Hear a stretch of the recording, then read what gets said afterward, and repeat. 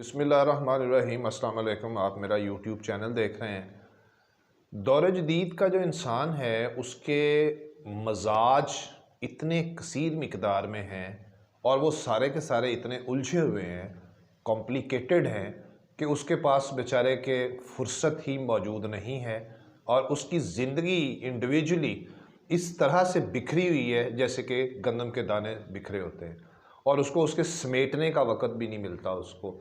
Unfortunately यही जो एक मतलब बिखरापन है उस वजह से वो बेचारा कन्फ्यूजन, डिप्रेशन और एनजाइटी का भी शिकार है और इन्हीं एटीट्यूड्स के नेटवर्क के अंदर उसको तकरार या प्रैक्टिस जो काम बार बार बार करने वाला है उससे वो उकताहट महसूस करता है और उसको अनप्लेजेंट एक्टिविटी फील करता है और उससे वो भाग जाता है, दौड़ जाता है। यही बात स्टूडेंट्स के साथ है कि वो अपने सिलेबस के प्रेशर और बर्डन तले इतना कुचले जा रहे होते हैं कि उनको इस डल काम को, इस बेमज़ा से काम को करने में बड़ी दिक्कत होती है और 99% इस काम को करने में जो है वो लज़्ज़त महसूस नहीं करते, इसलिए चंद दिन की या थोड़ी सी प्रैक्टिस करके उसको छोड़ देते हैं और उनका मसला वहीं रहता है।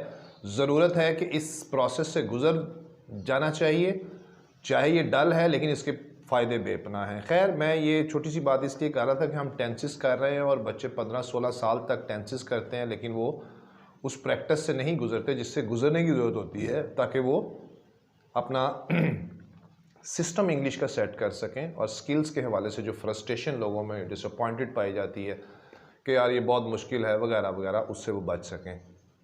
देखिए, मैं इस चैनल और प्लेटफॉर्म से सिर्फ रिफॉर्म्स कर सकता हूँ, गाइड कर सकता हूँ, एक रास्ता बता सकता हूँ ताकि वो इस पे चल के तो आसानी। वैसे तो बहुत ज़्यादा अवेलेबिलिटी है ऐसे मटेरियल की, मतलब सोशल मीडिया पे भी, लेकिन एक फ़र्ज़ है बीइंग अ टीचर, पूरा कर रहा हूँ। हमारे पास चलते हैं जी आगे। चुका था, चुकी थी, चुके थे।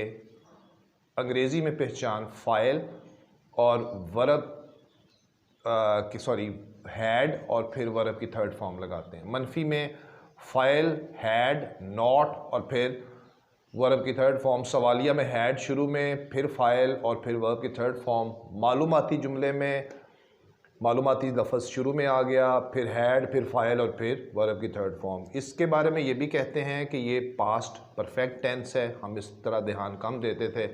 हमें जिस तरह सिखाया गया कि उर्दू की पहचान ज़हन में रखो, अंग्रेज़ी की ज़हन में रखो, जुमले बनाओ और उसको ट्रांसलेटिंग मेथड से इतना कुछ चला लो, यानी मतलब चंद जुमले बना लो, सोच लो, लिख लो, तो वो चीज़ ऑटोमेटिकली ज़हन में बैठ जाती थी।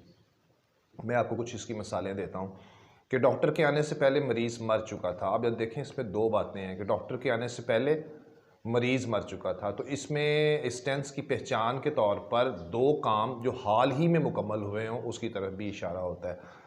The patient had died before the doctor केम। उसकी शादी से पहले ही वो इंग्लैंड जा चुका था। He had reached England before his marriage.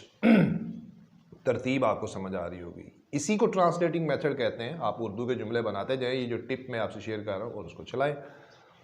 उसने पहले कभी इम्तिहान में पोजीशन हासिल नहीं की थी। He had not got position in examinations. हमारे पहुँचने से पहले मेहमान जा चुके थे। The guest had gone before we reached. दूसरा हिस्सा जो है उसमें पास्ट इंडेफिनिट सेंस यूज़ होगी, पहले में हैड यूज़ होगा। ट्रांसलेटिंग मेथड है, इसको करें फॉर गॉड्स सेक। चंद दिन की प्रैक्टिस है, it will change your whole scenario of life. Thank you very much. See you again. Bye bye.